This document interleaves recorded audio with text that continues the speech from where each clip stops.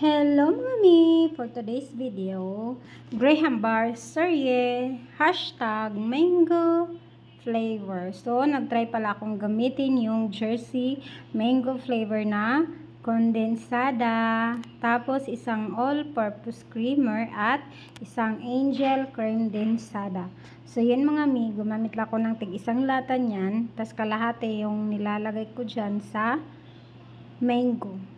So, yan mga mi, mekos-mekos ko po yung cream densada at isang all-purpose creamer. Gamit ang ating hand mixer para mag-double volume siya.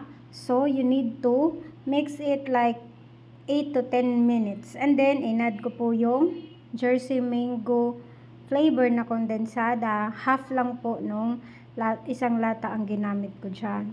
Tapos, mekos-mekos po ulit, siguro mga 2 minutes ulit para mag-double volume po talaga yung ating mixture.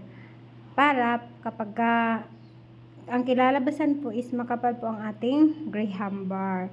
So, yan mga mi, ang ating final result. So, yummy. Sakto lang siya sa tamis at binalik-balikan po talaga siya ng mga bata. Kaya, ano pa hintayin nyo? Try nyo na din.